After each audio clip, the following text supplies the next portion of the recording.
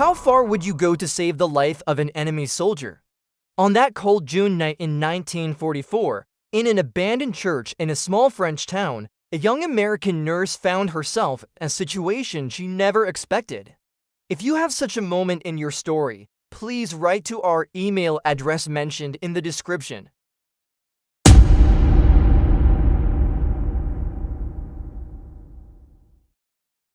When I first stepped into that church that night, I was a 22-year-old young nurse.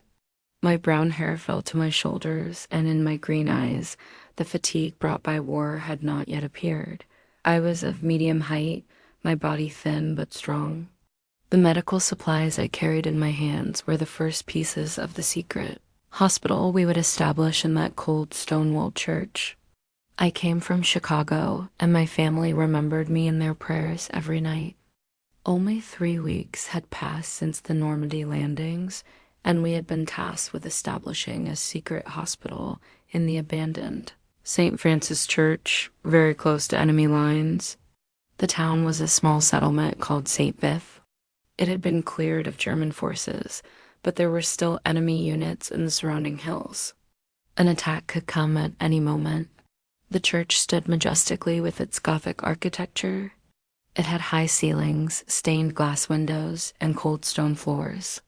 When we lit it with candles at night, shadows danced on the walls. Dr. Williams was an experienced surgeon, about 45 years old, with gray hair and blue eyes. He was of medium height, broad-shouldered, and his hands never trembled. The traces of war were on his face, but hope still sparkled in his eyes. He came from Boston and had 3 children in his family. He always carried his wife's photograph in his pocket. That night when we entered the church, we had begun working to transform the main hall, which we illuminated with candles, into a hospital. The cold of the air penetrated to our bones. The wind coming from outside rattled the church doors. "Betty," he had said to me that night, "everything will be different here. You may need to forget hospital protocols. Sometimes we have to disobey rules to save lives." At that time, I didn't fully understand what he meant, but I would learn soon. Setting up the hospital took 2 days. We had placed 12 beds in the main hall of the church. We had made partitions with white sheets between each bed. We had also set up the operating table right in front of the altar. It was ironic, actually. The place where we healed wounds was once a place where people prayed. Maybe there would be times when we would have to pray. The church smelled cold and damp. The old incense scent still lingered in the air. At night, with the sound of wind coming from outside, a mysterious atmosphere was created inside the church. Sergeant Morrison was responsible for the hospital's security. He was a man in his 30s with black hair, brown eyes, and well-developed muscles. He was tall, had a deep voice, and always had a serious expression. There was a small scar on his face. He came from Texas and constantly smoked. He always had his rifle in his hand and never slept during night watches. His Texas accent was very evident when he spoke. His family lived in Dallas, and he often talked about them. He was especially proud of his little daughter. The first few nights, we were very tense. Every sound coming from outside startled us. Although the church walls were thick, we could hear the distant cannon sounds. Morrison walked around the church throughout the night, checking every corner. He constantly signaled us to be quiet. He said enemy patrols might pass by. Our first patient came to the hospital on the 3rd day. It was Private Johnson, a young soldier in his 20s with blonde hair and blue eyes. He was of medium height, his face young, but with the maturity that war brought in his eyes. He had shrapnel pieces in his leg and had lost a lot of blood. His uniform was covered in blood. Those who carried him to the church said he had been moaning for the last 5 kilometers. When we laid him on the operating table, he was holding his mother's photograph with trembling hands. The photograph was covered in blood, but he wouldn't let go. "Nurse," he had whispered to me, "can you keep this photograph? If something happens, ... When I took the photograph, I saw a middle-aged, smiling woman. Her hair resembled Johnson's hair. On the back of the photograph was written, "Dear son, I love you, Mom." There was also an address, Michigan, Detroit. Johnson's eyes sparkled when he talked about his mother. "She works in a factory," he said. "She produces war materials. When she writes to me, she always says, 'Son, while you're fighting there, I'm working here for you. I can't die without seeing her, nurse.'" Johnson's surgery was successful. Dr. Williams's hand was very fast, and I was assisting him as his assistant. During the surgery, gunfire sounds came from outside, but we needed to focus. We were working in the flickering light of candles. Sometimes the candle would go out and we had to relight it. We didn't have enough materials. We had to use everything very carefully. That night, I stayed by Johnson's side. He had developed a fever and was delirious. He constantly said his mother's name. "Mom, I'm here. Can you hear me?" he whispered. I was applying wet cloth compresses to him. I held his hand. I talked to him about Michigan, about Detroit. Even when his eyes were closed, he was listening. Towards morning, his fever broke. When he opened his eyes, he smiled at me. "Thank you, nurse," he said. I saw my mother in my dream. She was waiting for me. On the fourth day, everything changed. Sergeant Morrison came running. "Doctor, there's a wounded person outside," but he stopped. "But what?" asked Dr. Williams. "Enemy soldier, German, very badly wounded." There was a deep silence in the church. At that moment, I felt how fast my heart was beating. My hands began to tremble. Treat an enemy soldier? Was this right? Dr. Williams's face took on a serious expression. "Bring him." Morrison hesitated. "Doctor, this." I said, "Bring him." When I saw that young enemy soldier, the first thing I felt was fear. He was about 19 years old, a child with brown hair, his face unrecognizable due to wound scars. He was tall but very thin. He moaned as he breathed, and the wound on his chest was very deep. His uniform was torn and covered in blood. He was on his deathbed. His eyes were closed, but his lips were moving.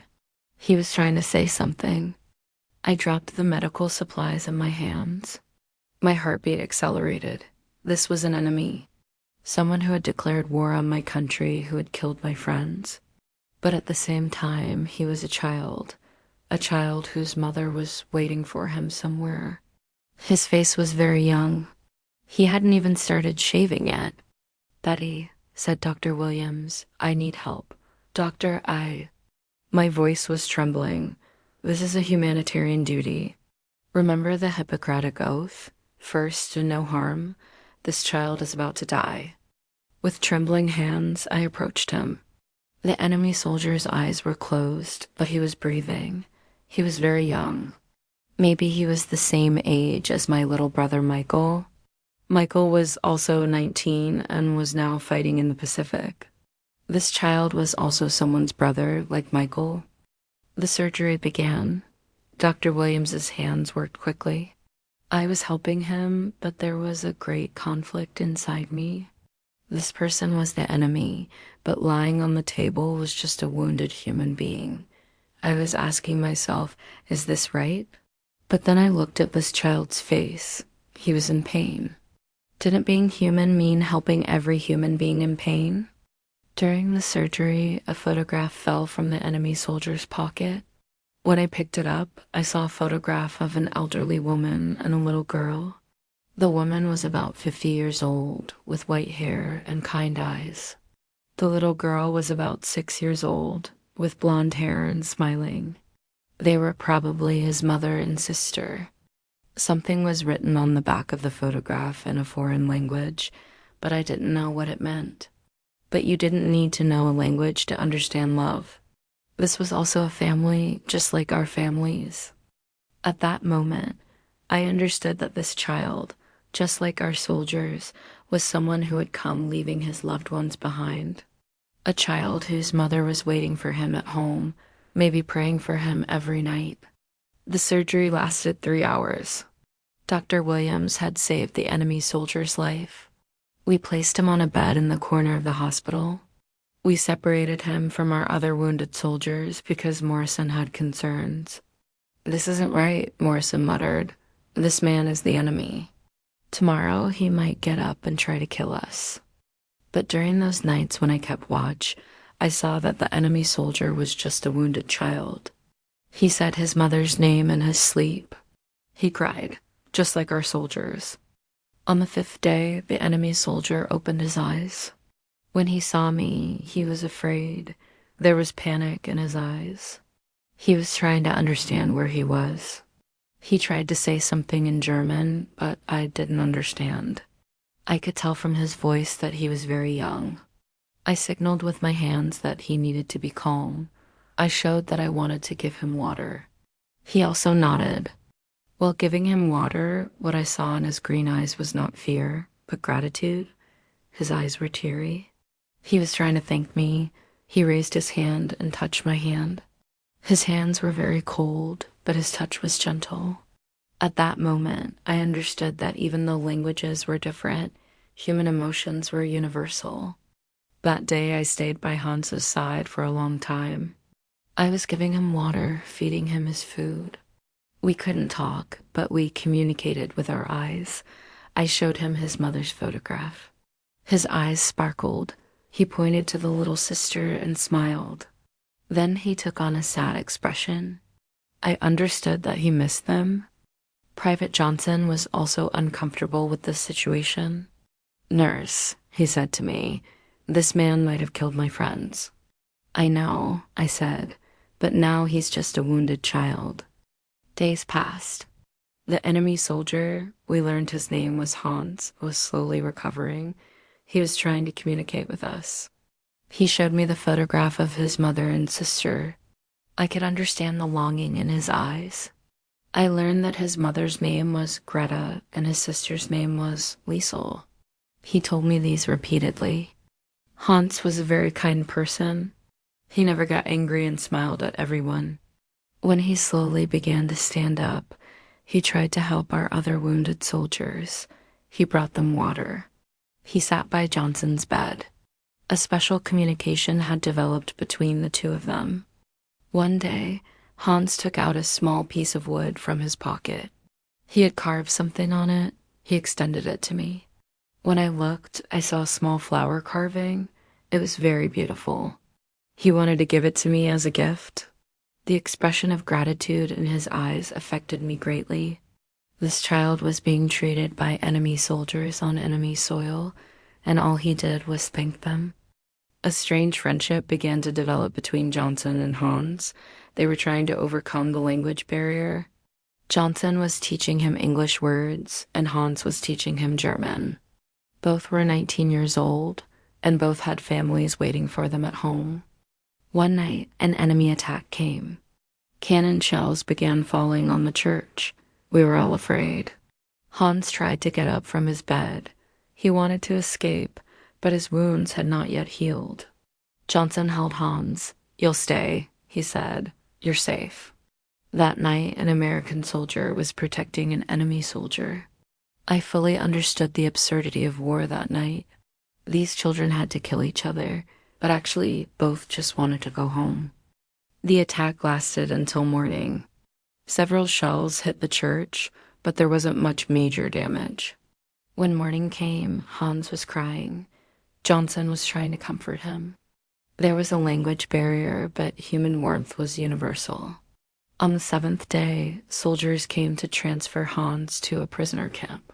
At that moment, I saw panic in Hans's eyes. He was afraid of the prisoner camp. Johnson was also sad. A bond had formed between the two children. As Hans was leaving, he tried to give me his mother's photograph. I signaled that I couldn't take it. That photograph belonged to him, to his mother's memory, but he wanted to thank me. "Danke," he said to me. In German, it meant thank you. "You're welcome," I said. He understood too. As Hans was leaving, Johnson waved to him. "Auf Wiedersehen," Johnson said. This also meant goodbye in German. There were tears in Hans's eyes. He also waved. "Goodbye, friend," he said in broken English. That day I saw Hans for the last time. He was taken to the prisoner camp. I never learned what happened after the war. I hope he was able to reunite with his mother and sister. I stayed in that church for 3 more weeks. I treated dozens of wounded soldiers, but I could never forget any of them as much as Hans, because he had taught me that humanity was stronger than war. After the war, I returned to Minnesota. I continued working at the hospital, but what I experienced in that church had changed my life forever. Now, when I looked at people, I saw not their nationalities, but their humanity. Sometimes the greatest lessons come from the most unexpected moments. That night I learned to treat an enemy soldier, but what I actually learned was much more. Humanity is stronger than war, compassion is more valuable than hatred. And sometimes the greatest courage is being able to look at your enemy with human eyes too. How did this story impact your life? I look forward to your comments.